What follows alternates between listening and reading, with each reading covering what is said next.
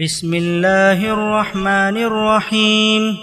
اللہ کے نام سے جو سراسر رحمت ہے، جس کی شفقت ابدی ہے۔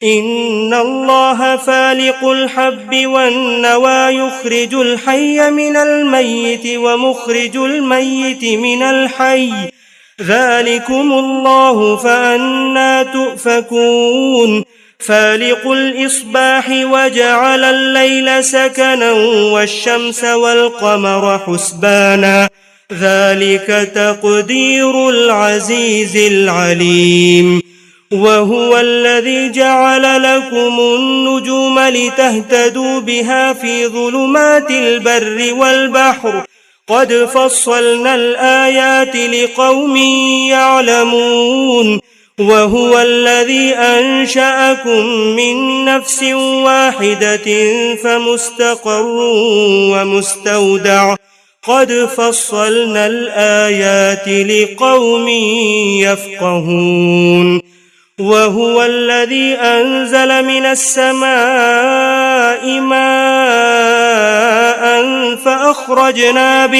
فأخرجنا به نبات كل شيء فأخرجنا منه خضرا نخرج منه حبا متراكبا ومن النخل من طلعها قنوان دانية وجنات من أعناب والزيتون والرمان مشتبها وغير متشابه انظروا إلى ثمره إذا أثمر وينعه إن في ذلكم لآيات لقوم يؤمنون۔ دانے اور گٹھلی کو پھاڑنے والا اللہ ہے، وہی زندہ کو مردہ سے نکالتا ہے اور وہی مردہ کو زندہ سے نکال لانے والا ہے۔ یہ ہے اللہ، تو کہاں پھرے جاتے ہو؟ وہی صبح نکالنے والا ہے، رات کو سکون کی چیز اسی نے بنایا ہے، اور سورج اور چاند ایک حساب سے رکھے ہیں۔ یہ اسی زبردست قدرت اور علم رکھنے والے کے ٹھہرائے ہوئے اندازے ہیں۔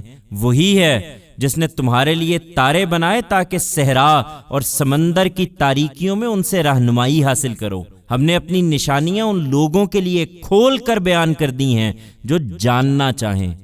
وہی ہے جس نے تمہیں ایک جان سے پیدا کیا ہے، پھر ہر ایک کے لیے ایک جائے قرار ہے اور اس کے سپرد خاک کیے جانے کی جگہ بھی۔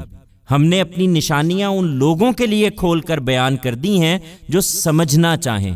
وہی ہے جس نے آسمان سے پانی برسایا، پھر ہم نے ہر چیز کے انکھوے اس سے نکالے، پھر اس سے سرسبز شاخیں اٹھائیں جن سے ہم تہ برتہ چڑے ہوئے دانے پیدا کر دیتے ہیں، اور کھجور کے شگوفوں سے لٹکتے ہوئے گچھے بھی اسی سے پیدا ہوتے ہیں، اور انگوروں کے باغ اور زیتون اور انار بھی ہم نے اسی سے پیدا کیے ہیں، جن کے پھل ایک دوسرے سے ملتے جلتے بھی ہیں اور الگ الگ بھی۔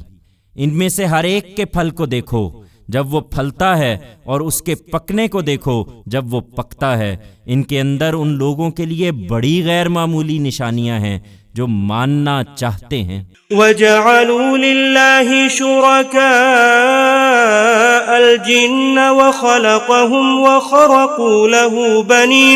وَخَرَقُوا لَهُ بَنِينَ وَبَنَاتٍ بِغَيْرِ عِلْمٍ سبحانه وتعالى عما يصفون بديع السماوات والأرض أنى يكون له ولد ولم تكن له صاحبة وخلق كل شيء وهو بكل شيء عليم ذلكم الله ربكم لا إله إلا هو خالق كل شيء فاعبدوه وهو على كل شيء وكيل لا تدركه الأبصار وهو يدرك الأبصار وهو اللطيف الخبير۔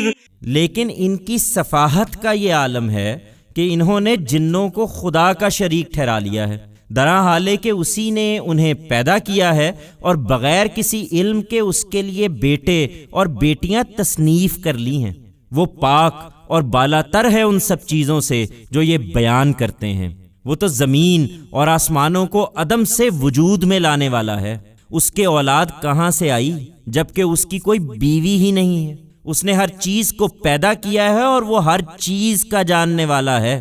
وہی اللہ تمہارا پروردگار ہے، اس کے سوا کوئی الہ نہیں، ہر چیز کا خالق ہے، لہٰذا اسی کی بندگی کرو اور وہ ہر چیز پر نگران ہے۔ اس کو نگاہیں نہیں پا سکتی لیکن وہ نگاہوں کو پا لیتا ہے، وہ نہایت باریک بین اور بڑا باخبر ہے۔ قد جاءكم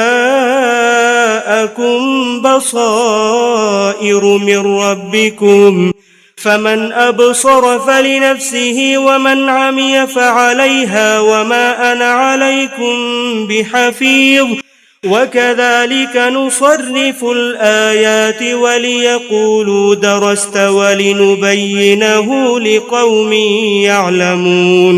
تمہارے پروردگار کی طرف سے بصیرت کی آیتیں تمہارے پاس آ چکی ہیں، چنانچہ اب جو بصیرت حاصل کرے گا اپنا ہی بھلا کرے گا، اور جو اندھا بنا رہے گا اس کا وبال بھی وہی اٹھائے گا۔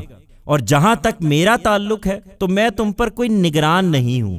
ہم اپنی آیتیں اسی طرح مختلف اسلوبوں سے پیش کرتے ہیں، اس لیے کہ ان پر حجت قائم ہو، اور اس لیے کہ وہ بول اٹھیں کہ تم نے اچھی طرح پڑھ کر سنا دیا، اور اس لیے کہ ہم ان لوگوں کے لیے جو جاننا چاہیں اسے ہر لحاظ سے واضح کر دیں۔ اتبع ما اوحی الیک من ربک لا الہ الا هو واعرض عن المشرکین ولو شاء اللہ ما اشرکوا وما جعلناک علیہم حفیظا وما انت علیہم بوکیل۔ تم اس چیز کی پیروی کرتے رہو اے پیغمبر جو تمہارے پروردگار کی طرف سے تم پر وحی کی جا رہی ہے۔ حقیقت یہی ہے کہ اس کے سوا کوئی الہ نہیں، اور یہ نہیں مانتے تو ان مشرکوں کو جانے دو۔ اگر اللہ چاہتا تو یہ کبھی شرک نہ کر پاتے۔ ہم نے ان پر تمہیں نگران مقرر نہیں کیا ہے اور نہ تم ان کے ضامن ہو۔ ولا تسبوا الذين يدعون من دون الله فيسبوا الله عدوا بغير علم كذلك زينا لكل أمة عملهم ثم إلى ربهم مرجعهم فينبئهم بما كانوا يعملون۔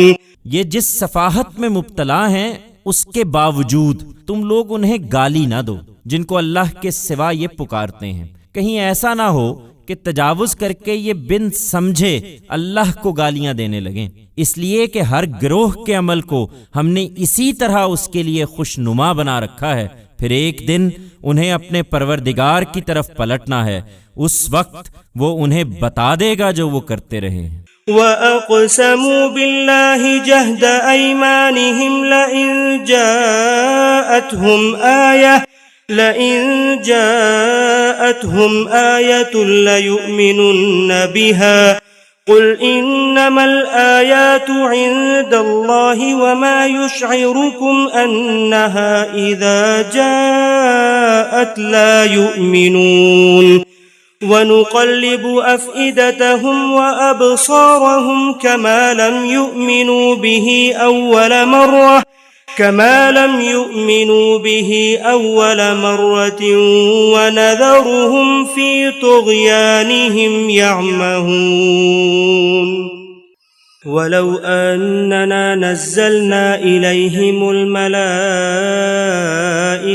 وَكَلَّمَهُمُ الْمَوْتَى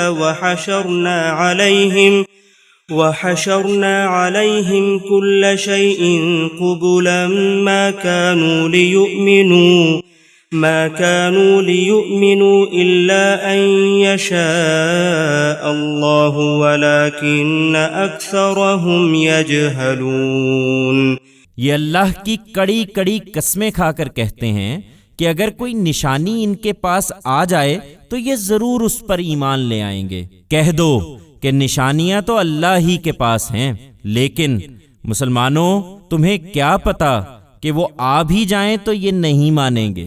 ہم اس وقت بھی ان کے دلوں اور ان کی نگاہوں کو اسی طرح الٹ دیں گے جس طرح یہ پہلی بار اس قرآن پر ایمان نہیں لائے، اور ان کی سرکشی میں انہیں بھٹکتا ہوا چھوڑ دیں گے۔ ہم ان کی طرف فرشتے بھی اتار دیتے اور مردے بھی ان سے باتیں کرنے لگتے، اور دنیا کی سب چیزیں ان کے سامنے گروہ در گروہ جمع کر دیتے جب بھی یہ ماننے والے نہیں تھے، الا یہ کہ اللہ چاہے۔ مگر کیا کیا جائے کہ ان میں سے اکثر جہالت میں مبتلا ہیں۔